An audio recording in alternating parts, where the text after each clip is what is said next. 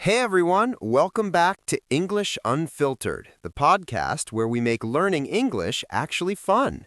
I'm Duncan. And I'm Jennifer. And today we're diving into something that literally every English learner deals with at some point. Did you just say literally? Because that's actually going to be on our list today. Wait, really? Oh no, did I just make a mistake? Not exactly a mistake, but we'll get to that. So yeah, today we're talking about the 10 most common mistakes English learners make, and more importantly, how to fix them. And before anyone clicks away thinking, oh great, another boring grammar lesson, hold on. We're keeping this super conversational, super practical, and honestly, pretty entertaining. Because let's be real, we've all made these mistakes. Even native speakers mess up sometimes. Exactly. So grab your coffee, tea, or whatever you're drinking, get comfortable, and let's jump in. All right, let's start with mistake number 1. Jennifer, can you guess what it is? Ooh, is it the classic fun versus funny confusion? Yes, how did you know? Because I hear this all the time. People say things like, that movie was so fun, when they mean funny. Right. So let's break this down. Fun means something is enjoyable or entertaining, like going to the beach is fun. And funny means something makes you laugh. That comedian is funny. Here's the trick, though. Something can be fun without being funny. Like roller coasters are fun, but they're not trying to make you laugh. And something can be funny without being fun. Like watching someone slip on a banana peel might be funny, but for them, it's definitely not fun. Poor banana peel person. So remember, fun equals enjoyable, funny equals makes you laugh. And here's a bonus tip. You can say, it was fun, but you can't say, it was funny to describe an activity you enjoyed. You'd say, it was amusing or it was hilarious. Unless it actually made you laugh. Exactly. Okay, mistake number 2. This one drives me crazy because even I get confused sometimes. What is it? Knowing when to use make versus do. Oh my gosh, yes. This is so confusing. Why can't English just pick one? Right? So here's the general rule. Make is for when you're creating or producing something. Do is for actions or activities. Can you give us some examples? Sure, you make a cake, make a decision, make a phone call. But you do your homework, do the dishes, do exercise. So if you're creating something, use make. If you're performing an action, use do. Exactly. But here's where it gets tricky. Some phrases are just fixed expressions, like you make a mistake, not do a mistake. Ugh, that's so annoying. Why? I know. There's no perfect logic. But here's what helped me. Make often involves the result of something, while do is more about the activity itself. Oh, that's actually helpful. So make dinner because you're creating the meal, but do the cooking because it's the activity. Perfect example. You're getting it. The best advice? When you learn a new phrase, learn it with the verb. Don't just memorize homework, memorize do homework. Yes, context is everything. All right, Duncan, what's mistake number 3? This one's about a word that's very, very, very overused. Oh, you mean very? Exactly. See what I did there? It sounds repetitive and weak, right? Yes. Instead of saying very tired, you could say exhausted. Instead of very happy, say thrilled or delighted. Exactly. English has so many amazing descriptive words. Why use 3 words when one powerful word does the job? But here's the thing. I don't think using very is always wrong. Sometimes it fits the conversation. Fair point. In casual conversation, I'm very hungry is totally fine. But if you're writing an essay or trying to sound more sophisticated, upgrade that vocabulary. Here are some quick swaps. Very good, try excellent. Very bad, terrible. Very smart, brilliant.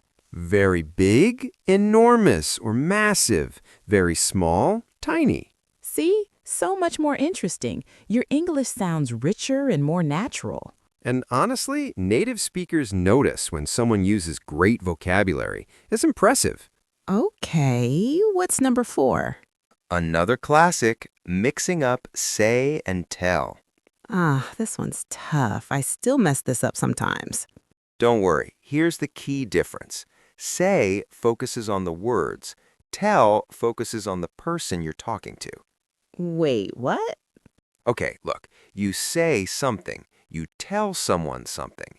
Notice how tell needs a person? Oh, so I said hello, but I told her hello? Well, actually, with hello, we usually just use say, like I said hello to her. But you've got the right idea. So he said he was tired, or he told me he was tired. Perfect. Both work, but notice, when you use tell, you need the object, me. So you can't say he told he was tired. Exactly, that's wrong. You need he told me, or he told us, or he told his mom. Wow, that's actually pretty simple once you understand the pattern. Right? Here's the cheat code. If you're mentioning who you're talking to, use tell. If you're just mentioning what was said, use say. I love it. Simple and clear. All right, number 5 is one that surprises a lot of people. What is it? Mixing up actually and currently. Wait, people confuse those? All the time, because in some languages, the words for these are really similar. Okay, explain the difference. Actually means in reality, or to tell the truth. Like, I thought the test was today, but actually it's tomorrow. And currently means right now or at the present time, like I'm currently watching a movie. Exactly. So you can't say I'm actually watching a movie unless you're correcting someone who thought you were doing something else. Oh, so if someone says, "Are you studying?" and you're not, you'd say, "Actually, I'm watching a movie." Yes, perfect example. Actually is for corrections or surprising information. And currently is just stating what's happening now. Bingo. Here's another example. I currently live in New York versus I actually live in New York, not Boston like you thought. That makes so much sense. The context totally changes the meaning. Exactly. Words matter. Okay, I know what number 6 is going to be.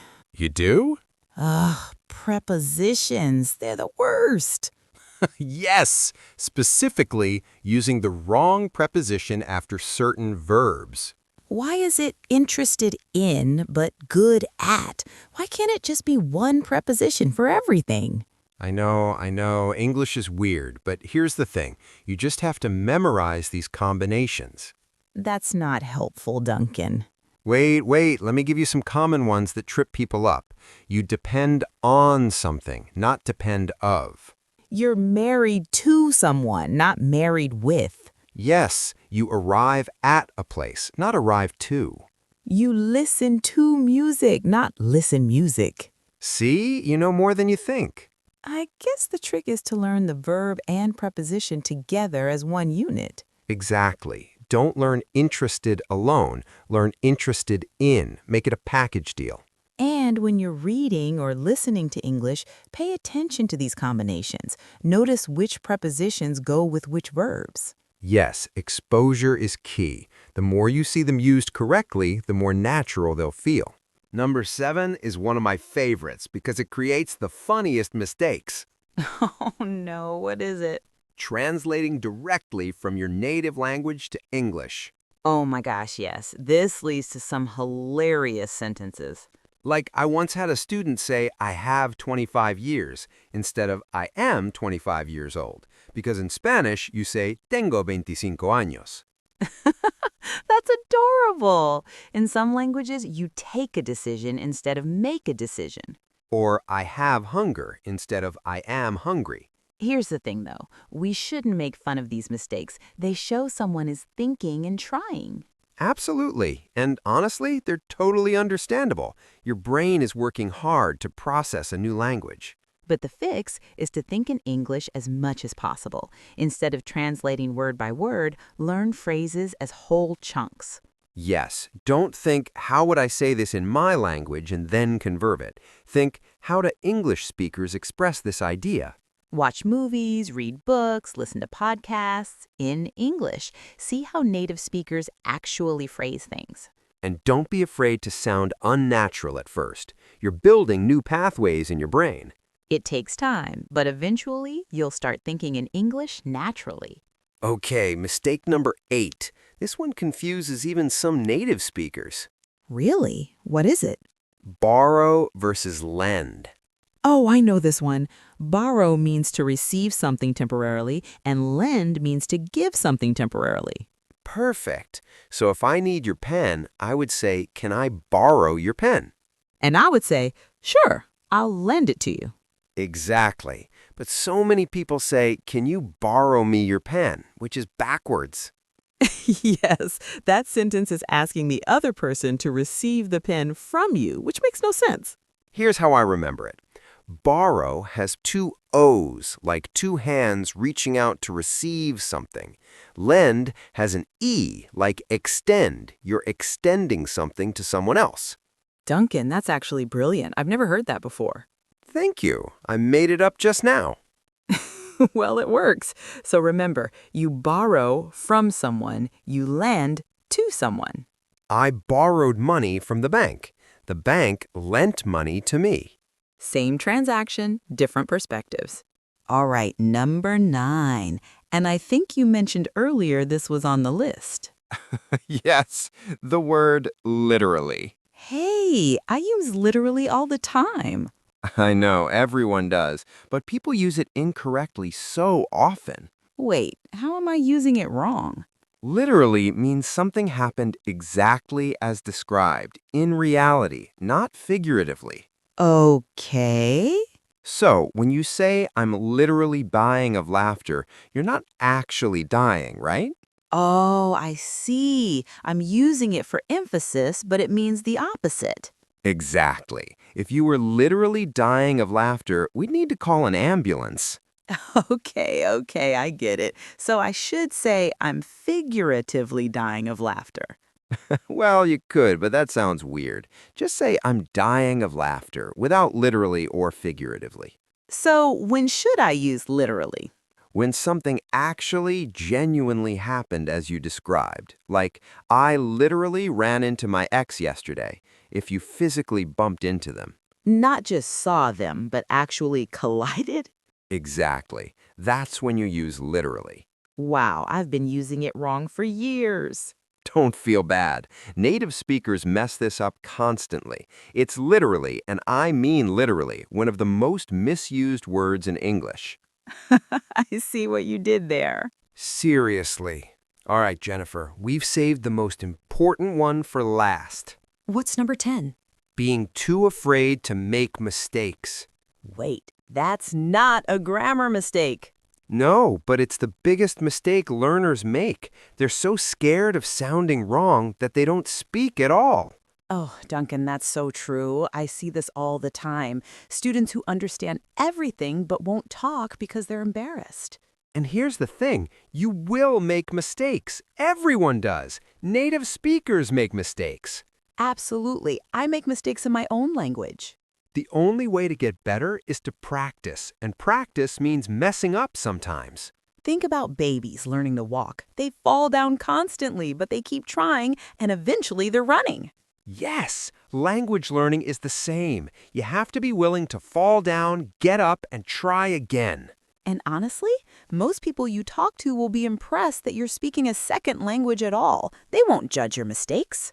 Exactly. And if someone does judge you, that's their problem, not yours. They're not worth worrying about.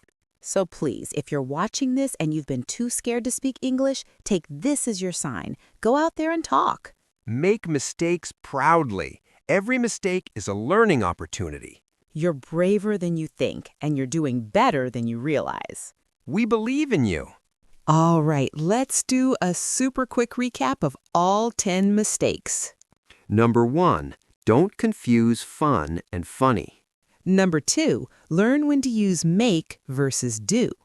Number 3, stop overusing very. Upgrade your vocabulary. Number 4, remember the difference between say and tell. Number 5, don't mix up actually and currently. Number 6, learn verb and preposition combinations together. Number 7, avoid literal translations. Think in English. Number 8, know the difference between borrow and lend. Number 9, use literally only when something literally happened.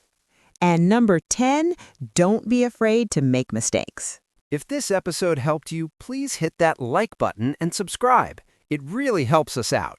And if you're new here, welcome. We're so glad you found us. We post new English learning content every week. Drop a comment below telling us which mistake you struggle with most, or tell us a funny mistake you've made. We love hearing your stories. And if you want more English tips, check out our previous episodes. We've got tons of content to help you improve. Remember, learning a language is a journey, not a race. Be patient with yourself. You're doing amazing, and we're here to support you every step of the way. Thanks for hanging out with us today. Until next time, keep learning, keep practicing, and keep being awesome. Goodbye, Jennifer. Goodbye.